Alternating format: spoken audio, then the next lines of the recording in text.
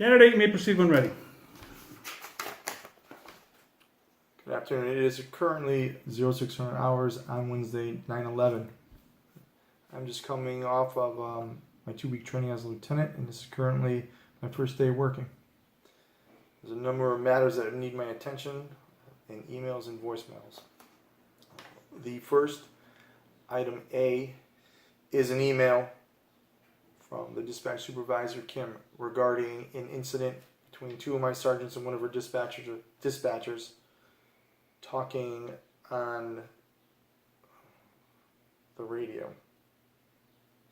So this is, and in this context, there is a racial slur that was put out there. So there's two things to address. One, this is a zero tolerance issue, and an issue of communications on the radio and the professionalism that deals with it. In that capacity, I would order Sergeant Holman not to speak with Dispatcher Cologne until his investigation is completed. There's two situations of this. I have to speak with Sergeant Holman and Sergeant Bushy in capacity. The first one I'll address is Sergeant Holman.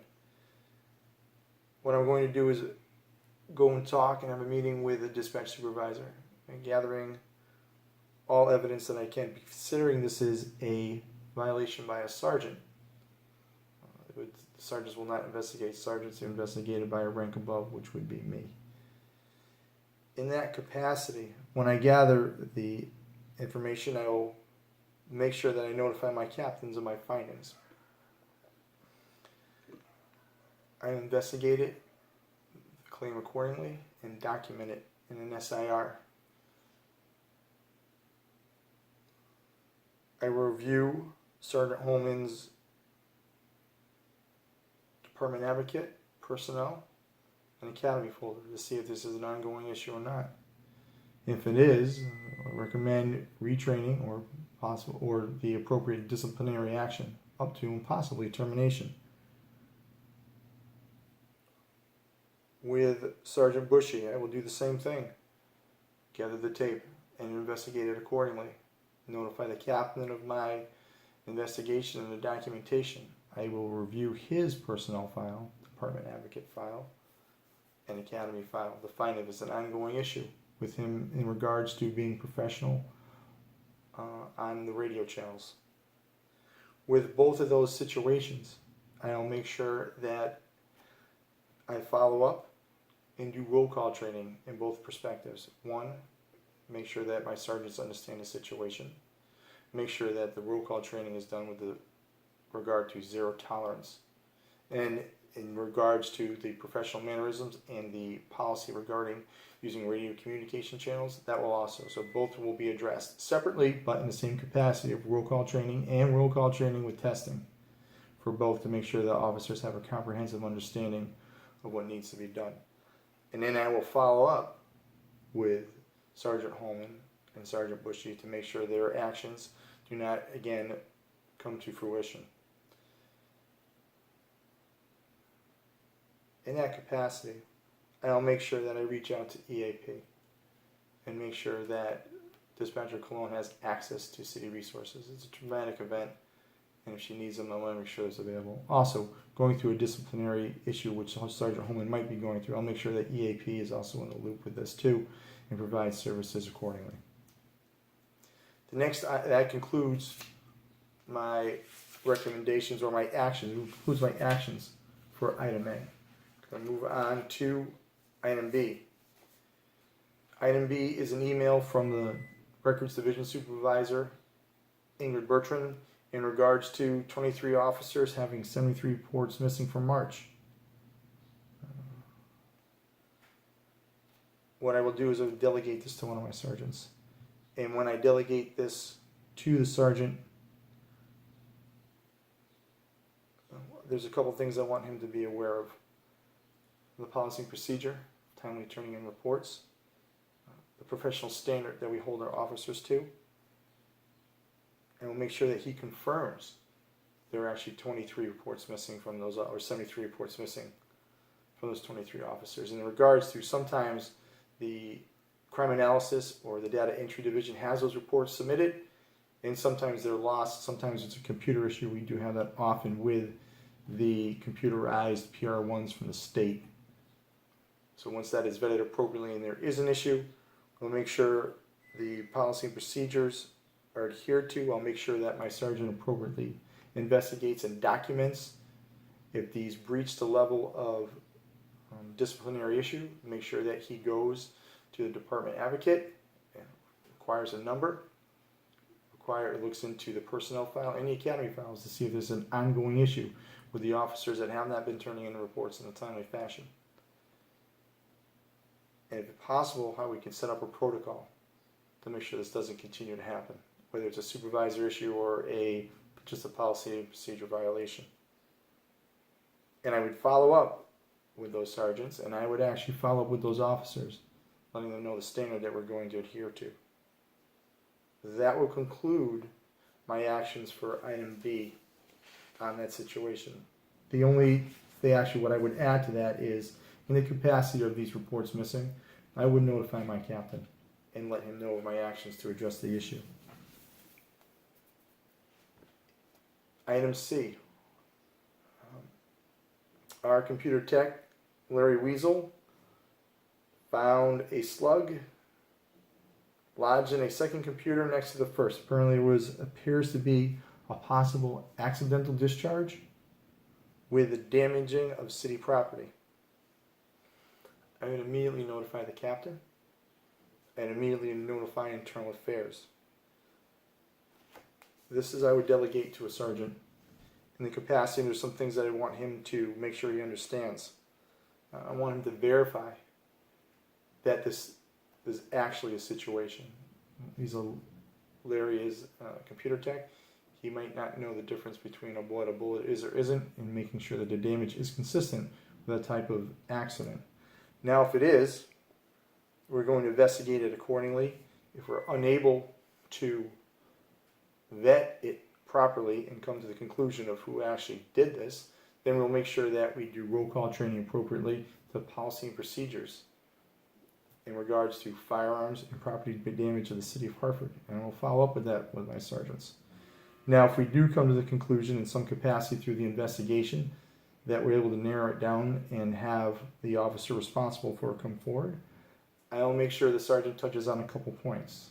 And those would be making sure, again, reaches out to the department advocate, gets a department advocate number to document this case under, and the sergeant checks in the department advocate file, the officer's personnel file, and academy file to see if there's an ongoing issue with the transgression of the officer. Depending on the level of that, recommend appropriate disciplinary action or retraining. Again, what I would do is make sure that I follow up with the officer. If EAP is needed in the capacity, because this is something that is going to more than likely result in disciplinary action, the officer has access to that. As the investigation is going, as my sergeant conducts the investigation, I'll make sure that my captain is notified of the progress of the situation. In follow-up to this, I will make sure that there is roll call training accordingly done with accidental discharges. I will make sure that the damaging of city property policy is also reviewed, done roll call training with it, and the officers are tested on it to make sure they have a comprehensive understanding of those policies. And then again, I'll make sure that I follow up with those officers in that capacity. That concludes my answer for item C. Item D is a email from the private duty sergeant to personnel regarding the vacation request deadline. The vacation request deadline is tomorrow, and I'll make sure that my sergeants appropriately disseminate information at roll call and forward the email to all sworn personnel, alerting them that the vacation request needs to be done. That concludes my answer for item D.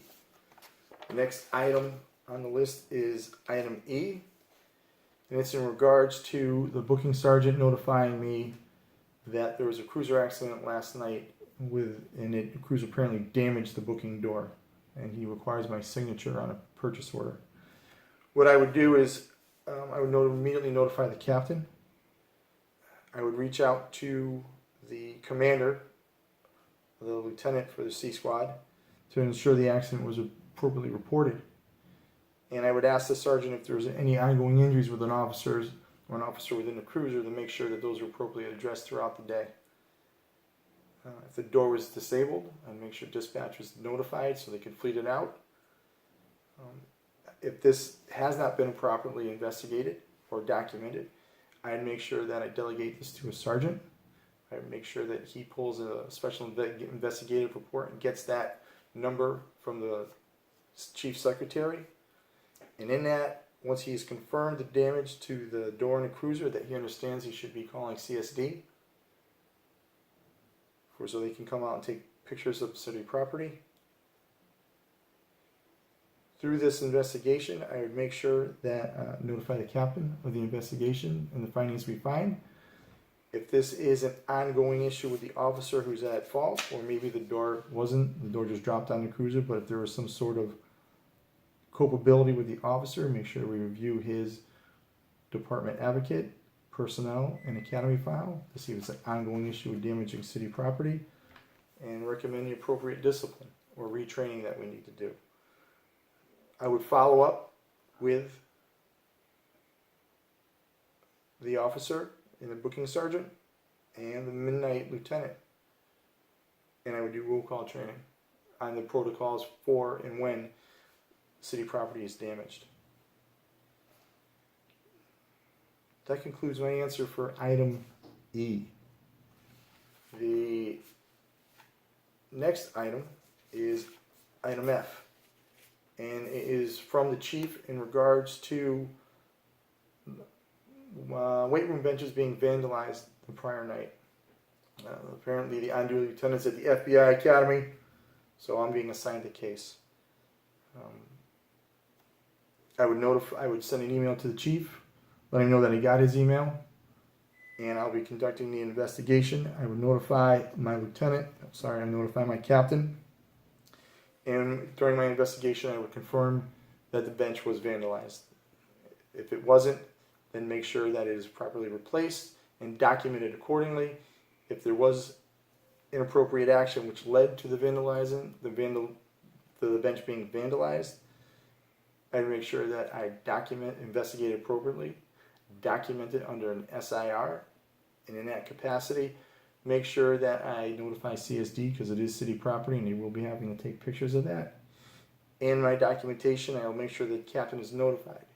If my investigation bears fruit into the individual or the officer that was at fault for this vandalism, then I would review his department advocate, personnel, and academy folder, making sure there's an ongoing issue with this for progressive discipline. If there is, I would recommend the appropriate discipline, and if it appropriate discipline or appropriate retraining in that capacity. Again, I would follow up with roll call training and have my sergeants understand the issue with roll call training, the issue of damaging city property and the protocols we need to adhere to when it happens. That concludes my answer for item F. The next item is item G. It was sent to me by, again, the private duty supervisor in regards to a midnight sergeant called in sick for the fourth time in 1 quarter, and someone has apparently taken a Facebook picture of her post and showing her naked except for her sergeant's hat in a hot tub in Vegas, and it was dated 3 days prior. I've attached a copy of the screenshot. This issue is twofold. One is a sick time abuse issue, a possible sick time abuse issue, and the other is a violation of the media policy. I would immediately notify the captain of the situation, and due to the media policy violation and the regards to it, maybe internal affairs, or notify internal affairs. In the capacity, we'll discuss the sick time abuse first. I will make sure that this is delegated to a sergeant, and he confirms that the through his investigation that the actual transgression did happen. Transgression did happen and is an ongoing issue that he investigates it appropriately. She might have called in sick, but we do not know in any capacity whether or not she has FMLA time or something in that regard that would alleviate her from any type of disciplinary action in the capacity of being out sick. Once my sergeant has worked through that and he has come to the conclusion that there is a violation, that he continues in his investigation, appropriately documents it under an SIR, and in that capacity, he reaches out to the chief secretary and gets an SIR number for the documentation, and he reviews with the department advocate any ongoing disciplinary issues with the personnel or the academy folder, and recommends the appropriate disciplinary action if there is an ongoing issue. In the capacity of the violation of the media policy, the sergeant was, I don't know, but I'm assuming if she's going to post pictures, it's on a closed network, and someone has taken a picture and forwarded it in that capacity. So the sergeant who's investigating the sick time abuse would also investigate the violation of the media policy. Now, if her Facebook is closed to friends, and someone's violated that we investigate appropriately. If she has an open forum where she's posting naked pictures of herself with the Hartford police equipment, it's a violation of the policy. I'll make sure that my sergeant investigates it accordingly. Document under SIR number, actually it's an Internal Affairs Division number, an IA number, goes to the department advocate, gets any prior issues with, goes to the department advocate, reviews to see if there's any ongoing issues that merit this through her personnel and academy folder. Then I would follow up with the sergeant through his steps of both investigations, and I would do roll call, have my sergeants do roll call trainings in the capacity of sick time and the media policy. Again, as my sergeant goes through these investigations, I would make sure that he notifies me, and I would keep the captain in the loop. That concludes my answer for letter G. Letter H and letter I are similar. So I'm going to address letter H in the capacity of also addressing the letter I. It is the anniversary of 9/11. And the email is from my lieutenant, and there is intelligence has been developed that there is a possible terrorist attack on our mass transit. I would notify the captain immediately. I would I would have my sergeants with me so they can learn, and I can groom and train them. I would reach out to the ERT commander, reach out to the bomb squad. I would see what ops plans that they have put in place. We don't necessarily need them disseminated, but I think it's important for my sergeants to understand where resources are and how they will be allocated in the capacity of there being a critical incident. I would meet with the sergeants, review that plan, and have them come up with a plan of how to disseminate the information to the appropriate area vehicles. I would delegate one sergeant to contact hospitals and mass transit. The other one would be focused on the allocation of any additional Hartford police resources in the event there's a critical incident. We would do roll call training on both and follow up on it throughout the day. I'd also know to have my sergeant talk to dispatch to make sure dispatch understands the protocols that are going to be put in place. So that concludes my answer for item H.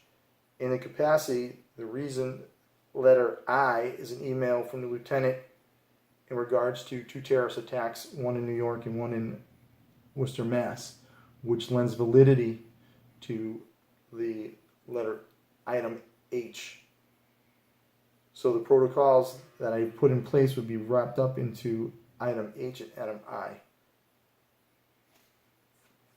So that would conclude my answer for letter I also. The next item is item J. Apparently there are police cruisers parked in the no parking zone in front of the police department. I would delegate that to a sergeant. This is a officer safety issue in case the building is on fire. The fire department will be able to proper access in the same capacity. The optics of it look atrocious to the public. The public is supposed to park in the proper places. We should do so also, or not park there at all, because those spaces should be available. Not actually in front of it, but the parking spaces should be available to the people that need them and the citizens, and we have other places to park. I'd make sure the XO understands this. I would do roll call training with my sergeants in that capacity, making sure that it's backfilled with the officer safety issue and just not a violation of the policy and how it affects or how it looks to the community. If disciplinary action arises out of this, I make sure that my sergeants are properly investigate and document this. Again, going to documenting it in Department Advocate and getting a number, reviewing prior files as the academy and personnel files. If it's an ongoing issue, recommending appropriate discipline and follow up consistently with the policy and procedures into that situation. That concludes my answer for item J. For item K, the booking matron is appearing wearing slippers. I will send an email back to the chief in regards to this, letting him know that I'm taking care of it. I will call the booking sergeant and find out why the booking matron is walking around in slippers and have him submit a report to me. In the same capacity, there might be a logical explanation. Maybe there was the fight, there's some bodily fluid, a hazmat situation to where her equipment was damaged and she has to wear slippers and she's currently in transition to new equipment. But regardless, to make sure that she has proper equipment so she is not injured down in the booking division.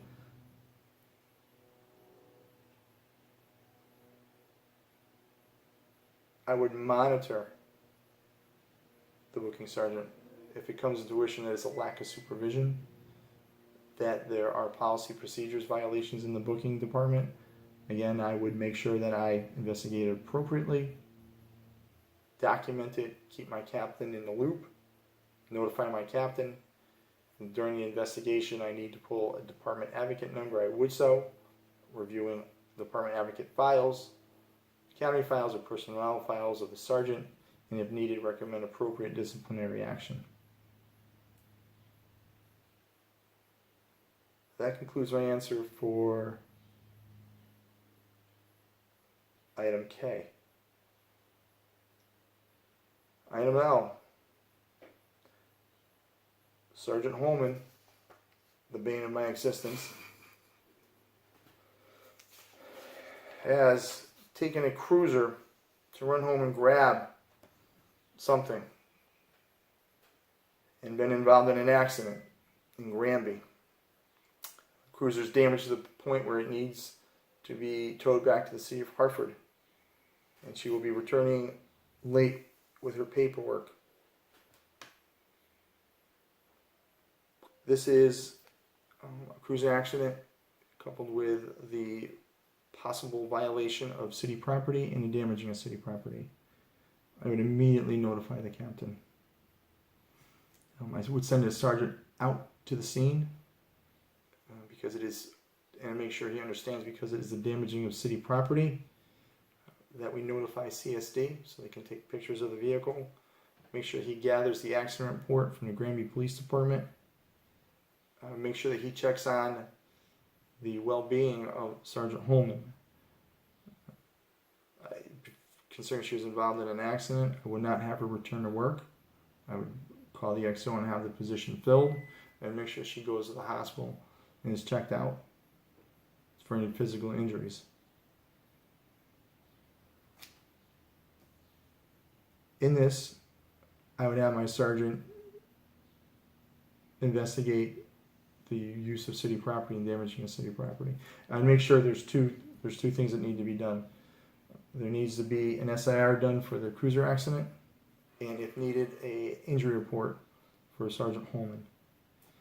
The second would be an additional SIR. Oh no, we'd be wrapped up in the same SIR because of the accident. In the capacity of, why was I notified that she was out of the city? Why wasn't I notified that she was taking a cruiser? In that, I would investigate and document and keep my captain, notify my captain of my findings. I would review Sergeant Holman's policy, department advocate file, personnel file, and academy file to see if this is an ongoing issue that requires progressive disciplinary action, or it doesn't meet that level where we would use retraining.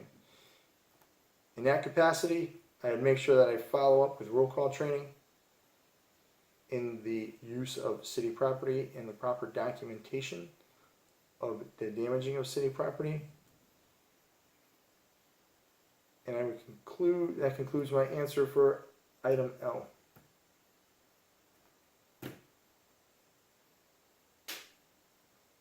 That concludes how I would deal with my in-basket evaluation. Thank you very much, Kennedy.